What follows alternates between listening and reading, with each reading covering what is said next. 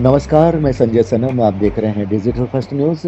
Viewers, चलिए चलते हैं राजस्थान की धरती ताल छापर, जहां पर आचार्य श्री महाश्रमण जी का चातुर्मास है। इन दिनों आपने बहुत सारे प्रसंग, बहुत सारे साक्षात्कार और बहुत सारी खबरें छापर के विषय में सुनी हैं। आज भी साक्षात्कार है, लेकिन आज साक्षात्कार उसका है जो साक्षात्कार लेता है। जी हाँ, आज हमारी बिरादरी के हमारे एक भाई कमल आज़ाद, जिनका अपना एक नाम है छापर की उस धरती में, तकरीबन 20-22 साल का पत्रकारिता का अनुभव है, और जो इस बात के लिए जाने जाते हैं कि जो देखते हैं वही कहते हैं और निष्पक्ष अंदाज में कहते हैं। और जब इनका ऐसा परिचय हमारे पास आया तो फिर हमने इनकी पड़ताल की, और आज हमारे साथ वो फोन लाइन में है, लेकिन इस वक्त वो छापर की धरती में नहीं है, छापर से दूर हैं, पर इनके पास वो अनुभव हैं जो इन्होंने वहाँ देखा है। तो छापर, आचार्य श्री महाश्रमण जी का चातुर्मास और एक पत्रकार की नज़र और एक पत्रकार की खबर किस तरह से बनती है, अगर वो पत्रकार हो जो देखता हो, वो ही लिखता हो, वो ही कहता हो। तो हमारे साथ कमल आज़ाद जी। हाँ जी, बहुत बहुत स्वागत। नमस्कार सर, आपका शुक्रिया बहुत बहुत। आज़ाद जी, सबसे पहला मेरा सवाल, आपने कहीं ना कहीं छापर से संबंधित समाचार आप देखते होंगे, चाहे आप छापर से अभी दूर हैं, लेकिन चूँकि छापर के हैं और आप जुड़े हुए हैं, तो कुछ वीडियो हमारे भी हो सकता है आपकी नज़र पटल पर आए होंगे। मैं ये जानना चाहता हूँ, एक पत्रकार की नज़रें क्या कहती है, क्योंकि कई बार ये होता है कि हम जिन लोगों को सुनते हैं उन लोगों का जो दृष्टिकोण होता है उसमें कभी कभार निष्पक्ष दृष्टिकोण में कमी आ भी सकती है। हम नहीं चाहते कि कोई ऐसी बात हम कह दें जो वहाँ उस ज़मीन से जुड़ी ना हो, लेकिन समझने में किसी के भूल हो जाए और वो हमें बता दे और वो बात वहीं चली जाए। आप एक जिम्मेदार पत्रकार हैं, इसलिए आप जिन पलों के वहाँ गवाह बने हैं, जिन क्षणों को आपने देखा है, जिन लम्हों को आपने वहाँ जिया है, उस अनुभव को इस चातुर्मास से संबंधित व्यवस्थाओं के रूपक में आप अपनी बात हमारे व्यूअर्स तक पहुंचाएं, ये मेरा निवेदन है। कमल आज़ाद जी। हाँ सर, सबसे पहले तो मैं छापर की धरा को नमन करते हुए और मेरे सभी जो शुभ चिंतक है उन सबको नमन करते हुए मैं ये कहना चाहूँगा कि आपका जो सवाल है कि चातुर्मास से जुड़ी हुई सुविधाएं और असुविधाएं, जी, मैं दोनों नज़रियों पे बात करूँगा। बिल्कुल बिल्कुल, उसी के लिए हमने आपको जोड़ा है। मैंने गुरुदेव के छापर प्रवेश से लेकर के करीब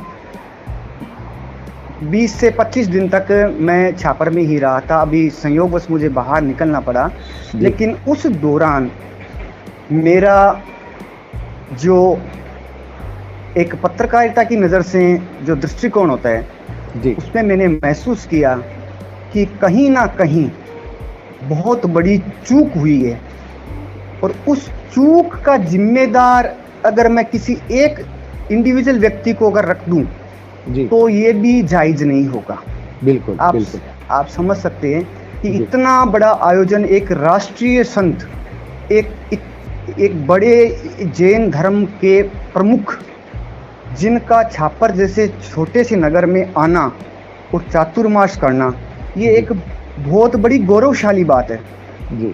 ये छापर के जैन समुदाय के अलावा छापर के हर समुदाय, हर धर्म के लोगों के लिए बहुत बड़ी गर्व की बात है, ये गौरवान्वित करने वाली बात है जी, क्योंकि इस चातुर्मास के कारण ही जो वर्षों से हवेलियां बंद पड़ी थी, जिन लोगों ने कभी ये कहते थे कि ये हमारे छापर, तो हम छापर से उठे हुए हैं कई वर्षों से, हमारे दादाजी वहाँ थे, ये थे, उन लोगों ने छापर की धरा को छुआ, उसको महसूस किया। आपने बहुत संवेदनशील पक्ष को टच किया है, बहुत अच्छा लगा जी। उन्होंने उसको महसूस किया, यहाँ का जो कल्चर है उसको समझने की कोशिश की।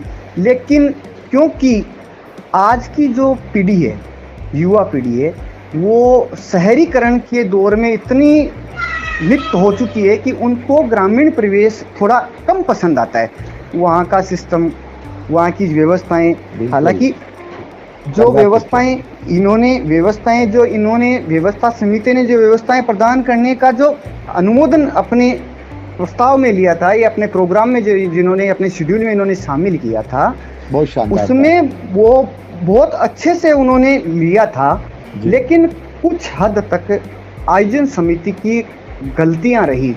उनको मैं गलतियां इसलिए कहूँगा कि उन्होंने, जब उनको निर्धारित समय तय था कि 9 जुलाई से महाराज का प्रोग्राम यहाँ होना है, और उससे पहले हमें चाहे भोजन की हो, चाहे सड़क की हो, चाहे आवास की हो, चाहे पेयजल की हो, चाहे विद्युत की हो, ये सारी व्यवस्थाएं हैं वो अपने को सुचारू करनी है। साथ में इसमें परिवहन भी शामिल था जी, इसमें परिवहन भी शामिल था। तो परिवहन के मसले में तो सेंट्रल गवर्नमेंट से स्पेशल रिकमेंड करके, और जो एक दिल्ली से जोधपुर के बीच जो ट्रेन चलती है उसका ठहराव नहीं था छापर में जी। तो इस चातुर्मास के लिए विशेष निवेदन करके यहाँ के सामाजिक संगठनों ने, जैन समुदाय के लोगों ने, राजनेताओं ने भी कुछ हद तक अपनी भूमिका निभाई, जिसमें हम किसी का व्यक्ति से नाम नहीं ले सकता मैं क्योंकि ये अच्छा नहीं होता हमारे इस क्षेत्र में।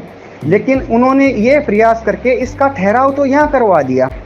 लेकिन जो वहाँ से प्रवचन स्थल या उनके आवास स्थल तक पहुँचने का जो रास्ता है वो दुर्गम हो गया।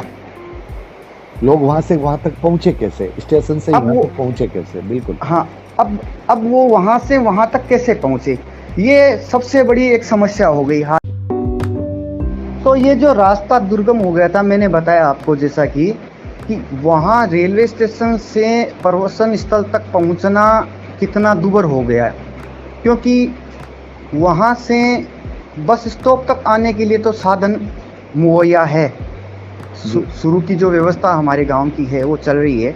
लेकिन वहाँ से प्रवचन स्थल तक जाने के लिए लोगों को बड़ी परेशानी होती थी। हालांकि इन्होंने काफ़ी हद तक परिवहन की व्यवस्था भी की थी, लेकिन वो इस मामले में भी सफल नहीं हो पाए, क्योंकि जो इन्होंने बाहर से लोगों को बुलाया था, ऑटो जो बाहर से हायर किए थे इन्होंने, ऑटो और ओलो की गाड़ियाँ, तो वो प्रॉपर वो रास्ता ही नहीं जानते थे, और वो आम लोगों से ये पूछते थे कि हम प्रवचन स्थल कौन से रास्ते से जाए। तो किसी को 2 किलोमीटर घुमा के ले जाता था, किसी को 3 किलोमीटर घुमा के ले जाता था। और ये स्थिति जब लोगों ने देखी तो वहाँ हेल्प सेंटर भी जारी किया जी, खोला, और उसमें आज सेवाएं भी प्रदान की जा रही है और लोगों को अब संतोषजनक सेवाएं दी जा रही है। अब रही बात मुद्दे की अव्यवस्थाओं वाली, मैं उस मुद्दे पे आता हूँ क्योंकि मैं मुद्दे से पथभ्रष्ट नहीं होना चाहता। लेकिन एक बात है कमल जी कि बीच में जो इनके सरकारी व्यवधान एक हुआ था, शुरुआत में 8 महीने, 7 महीने, 10 महीने, आपको लगता है कि एक वो वजह भी इनके इस अव्यवस्था का कारक बनी है? एक बिल्कुल होता है, फ्लो टूट जाता है व्यक्ति के काम। बिल्कुल आप बिल्कुल सही हैं संजय सर।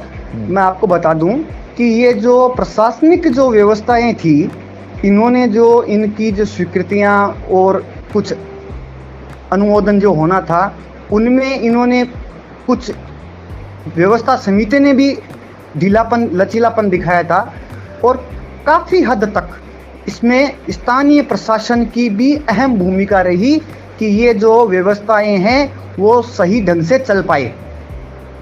इसमें मुझे कहने में कोई संकोच नहीं होगा, मैं निसंकोच कह सकता हूँ कि स्थानीय प्रशासन, जो हमारा स्थानीय नगरपालिका प्रशासन है, वो इस मामले में भी संदिग्ध है। संदिग्ध इसलिए है कि जब इनकी निर्माण की स्वीकृतियां या अन्य किसी प्रकार की स्वीकृतियां इन्होंने ले रखी है, तो उनके काम में बाधाएं क्यों आई, और अगर बाधाएं आई तो उन बाधाओं का समाधान क्यों नहीं किया गया समय रहते भी।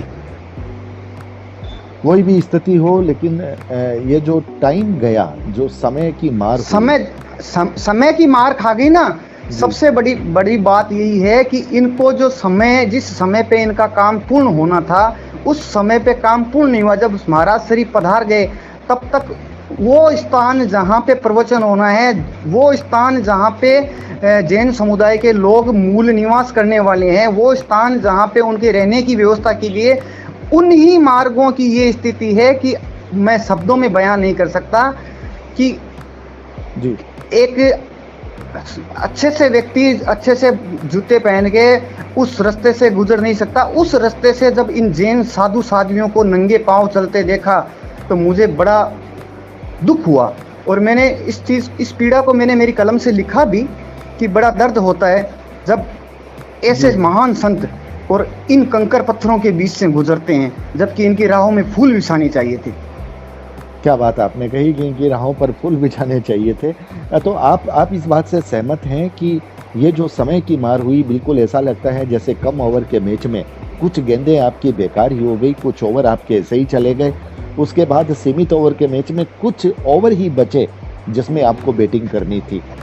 तो क्या आपको लगता है कि ये भी एक वजह है, जो अव्यवस्था की बातें आ रही है उसमें एक वजह ये भी है? बिल्कुल जी, अव्यवस्थाओं की वजह का एक कारण ये प्रशासनिक व्यवस्थाएं जो है ना, जिनका आप जिक्र कर रहे हैं वो सही है। और आपने जिस प्रकार से बैटिंग लास्ट ओवर में अपने को बैटिंग भी करनी है और मैच भी जीतना है, लेकिन अपने पास समय कम रहा है, वो कहानी इनके साथ भी घटित हो गई। जी जी जी, इनके साथ जो हुआ इसमें कुछ अहम की लड़ाई भी थी। मैं आपको अब साफ शब्दों में बताता हूँ। बिल्कुल बिल्कुल, आपसे मैं जुड़ा ही इसीलिए हूँ कि मैं चाहता हूँ कि जो बातें समाज के लोग या अन्य लोग समझ नहीं पाए या कह नहीं पाए, उन्हें एक पत्रकार कह सकता है, क्योंकि वो कहने का अधिकार भी रखता है। इनमें अहम की लड़ाई ये होगी कि मैं ही हूँ सर्वोपरि, सबसे बड़ी आगे इसमें अहम मैं जी, वो जी। मैं है ना, उस मैं ने इस व्यवस्था को ले डुबोया। सबसे पहले तो मेरा ये इन पे निशाना है कि इस पूरी व्यवस्था को इनकी मैं ले बैठी कि मैं हूँ सब कुछ है। ऐसा नहीं होता। सार्वजनिक कार्यक्रमों में सब लोगों की सहभागिता होती है, सब लोगों को साथ लेके चलना पड़ता है। और ये नहीं है कि ये छापर कस्बे में जब जैन समुदाय का ये इतना बड़ा कार्यक्रम हो रहा है तो अन्य समुदायों को या अन्य धर्म के अनुयायियों को इग्नोर किया जाए, उनको अलग थलग किया जाए या उससे जोड़ा न जाए। ऐसा नहीं होना चाहिए। उनका भी समर्थन लेना चाहिए, उनका साथ लेना चाहिए, उनका सहयोग लेना चाहिए कि आप भी आइए, जुड़िए, महाराज श्री का प्रवचन भी सुनिए, आप हमारा सहयोग भी कीजिए, हमारी जो व्यवस्थाएं हैं उनको सुचारू करने के लिए आप अपने कार्यकर्ता जोड़िए, आप अपने वॉलंटियर्स छोड़िए हमारे पास। लेकिन इन्होंने ऐसा नहीं किया। इन्होंने सब चीज़ें पैसे के बल पे चलाने का एक ऐसा मिशन जारी किया। आप ये कहना चाहते हैं कि हायर वर्कर लिए गए, मतलब एक जो होते हैं कि भावनात्मक रूप से जो जुड़ने वाले नहीं लिए गए, जो भावनात्मक रूप से जुड़ने वाले थे उनको इग्नोर किया गया। तो इसका मतलब यहाँ पर फिर जो हम कहते हैं कि टीम वर्क की, एक भावनात्मक टीम वर्क की कमी दिखी। और टीम वर्क की बिल्कुल कमी थी साहब। टीम वर्क अगर होता ना तो इस चातुर्मास पे इतने सवालिया निशान नहीं खड़े होते। जी, आप किसी भी विषय में आप पूछ लो, चाहे वहाँ के रहने की, आवास की, भोजन की, हर व्यवस्था में खामियों का एक आपको पुलिंदा हर जगह नजर आ जाएगा। और क्योंकि ये चर्चाएं नुक्कड़ सभाओं में होती है, आपको पता है, तो आप किसी भी दुकान, पान के गल्ले पे या किसी चौराहे पे, किसी बस स्टॉप पे, किसी एक जी स्थान पे जो एक विशेष तौर से फेमस है, तो आप वहाँ जाके अगर इस विषय में अगर चर्चा करेंगे या ऐसे ही अगर सुनेंगे लोगों की बातें, तो आपके समझ में आएगा कि वास्तविकता यही थी कि टीम भावनाओं को इन्होंने इग्नोर किया। इन्होंने कभी सामाजिक सरोकार से जुड़े लोगों को अपने साथ नहीं जोड़ा। इन्होंने उन्हीं लोगों को जोड़ा जो लोग धन बल पे अपने आप को आगे रखना चाहते हैं, चाहे वो मीडिया में रखना चाहते हो, चाहे समाज में रखना चाहते हो सफ़ेद चोला पहन के। तो आपको लगता है कि दो तीन बातें, जैसे अभी तक आपसे जो मेरी बात हो रही है उसमें जो कमी है, उसमें एक कमी में कारण बना है कि जो सरकारी व्यवधान हुआ, सरकारी व्यवधान हुआ, उस सरकारी, मैं आपको श्रीमान आपकी बीच में बात काटता हूँ, आपके सवाल बोल रहे हैं जी। हाँ जी, दूसरी बात आप अहम की बोल रहे हैं कि मैं आ गई, घमंड आ गया और हाँ उसकी वजह से लोगों को साथ नहीं जोड़ा गया। तीसरी बात आप कह रहे हैं कि जो कार्यकर्ता एक होने चाहिए कि जिनके मन में भावनात्मक रूप से एक रुझान हो और जिनके पास अनुभव भी हो लोगों के साथ काम करने का, ऐसे लोगों की टीम नहीं बनाई गई। ऐसे लोगों को इस प्रोग्राम से दूर रखा गया। पहला आपका लास्ट सवाल का मेरा पहला जवाब है जी। कि ऐसे लोगों को इस कार्यक्रम से बिल्कुल ही दूर रखा गया, बिल्कुल ही इससे जोड़ने के लिए कोई भी प्रयास नहीं किया गया, पहली बात। और अगर उन्होंने अगर कुछ कोशिश भी की तो उनको किसी भी तरह से मतलब उन्होंने नज़रअंदाज किया। अब दूसरी बात रही अहम वाली। अहम की बात ये है कि वास्तविकता मैं ये बता दूं कि चाहे आयोजन समिति के पदाधिकारी हो, चाहे हमारे प्रशासनिक जो जनप्रतिनिधि है वो हो, इन्होंने आपस में अपनी अहम को सामने रख के और काम किया। उसी का ये नतीजा हुआ कि ये चातुर्मास की जो व्यवस्थाएं हैं वो अस्त व्यस्त हो गई। उसमें मैं मेरे पालिका अध्यक्ष को भी कह सकता हूं और इस आयोजन समिति के अध्यक्ष को भी दोषी मानता हूं। मैं इन दोनों को दोषी मानता हूं, इसलिए मानता हूं कि इन्होंने अपनी अहम, पालिका अध्यक्ष ने प्रशासनिक पावर दिखाया कि प्रशासनिक ये अकॉर्डिंग टू गवर्नमेंट रूल ऐसा होगा, और व्यवस्था समिति के अध्यक्ष ने ऐसा दिखा कि हम पैसा फेंक के कुछ भी कर सकते हैं, हम पैसे के बल पे, धन बल पे कुछ भी कर सकते हैं। तो कुल मिलाकर के आपकी गवाही ये बन रही है कि ये मुख्य कारण रहे, हाँ, जिनकी वजह से इतने चर्चे हो रहे हैं, इतने चर्चे हो रहे हैं और इतने सवाल खड़े हो रहे हैं। जी जी जी जी।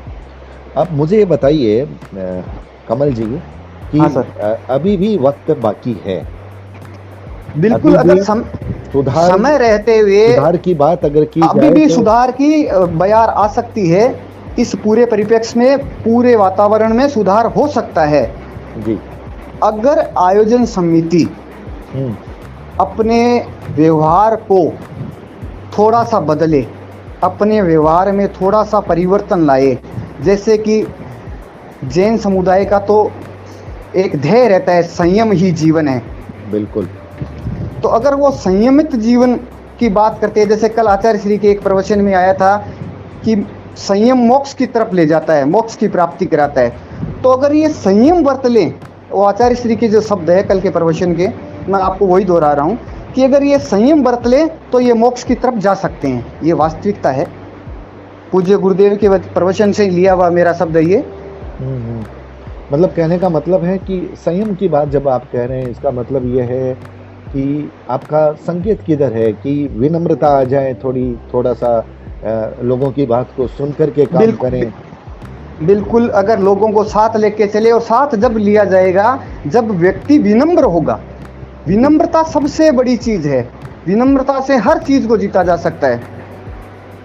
जो कल परसों की एक घटना आपने सुनी भी है, आपके चैनल पे भी आई थी कि एक कमल जी नाम करके कोई व्यक्ति थे, उन्होंने कोई पोस्टर वगैरह कुछ ऐसे लगाए थे। जी जी जी। और उनके खिलाफ सीधी पुलिस कार्रवाई कर दी गई। जबकि ऐसा होना ये एक शर्मनाक बात है, इस आयोजन के लिए भी और इस कस्बे के लिए भी और इस धर्म संघ के लिए भी। ये सबके लिए ही शर्मनाक बात है कि अगर कोई आदमी अपनी अभिव्यक्ति दर्ज करता है और उस अभिव्यक्ति को दर्ज करने का उसका अधिकार जो है, उस अधिकारों का अगर आप हनन करते हो, वो भी धनबल के आधार पर, तो वो गलत है। हाँ, अगर उनकी अभिव्यक्ति में अगर कहीं आपको गलती नजर आए, कहीं खामी नजर आए, तो आप उससे बैठ के उससे बात करो कि भैया आपने ये जो किया है घटनाक्रम, आप विचार विमर्श के द्वारा यह बात हमने आपसी सूझबूझ से, बिल्कुल आपसी सूझबूझ से ही वो मसला हल हो सकता था।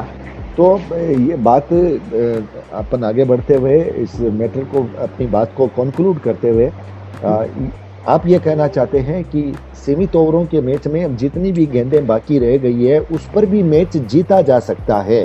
बिल्कुल, लेकिन थोड़ी स्ट्रेटजी बदलनी पड़ेगी। बिल्कुल, मतलब विनम्रता के साथ, लोगों को साथ लेकर के, सबका साथ सबके विश्वास के उस नारे के साथ लगता है जैसे काम करना पड़ेगा, तो फिर ये हवा बदल भी सकती है। सवाल फिर सवाल नहीं रह करके फिर अनुशंसा के गीत भी बन सकते हैं, वो भी मुमकिन है। लेकिन मज़े की बात ये है कि मुमकिन तब हो सकता है जब हमारी अपनी स्वभाव में, हमारे अपने विचार में और हमारी अपनी भावना में बदलाव आए। वो बात आ जाए कि हमें कामयाब होना है, और कामयाब भी होना है तो इस तरह से होना है कि लोग दिल से वाह-वाही करते हैं। लोग उस चीज़ की जब प्रशंसा करें कि कहाँ का चातुर्मास, छापर का जैसा चातुर्मास होना चाहिए, अच्छा सबसे अच्छा छापर का चातुर्मास रहा, ऐसा कहलाए तब तो इनको शाबाशी है, नहीं तो थू-थू तो अभी तो करवा ही रहे हैं ये। चलिए, आपने अपनी बात कही, और हम तो ये कामना करते हैं कि शाबाशी वाली बात है वही चरितार्थ हो, और गलतियाँ होती है।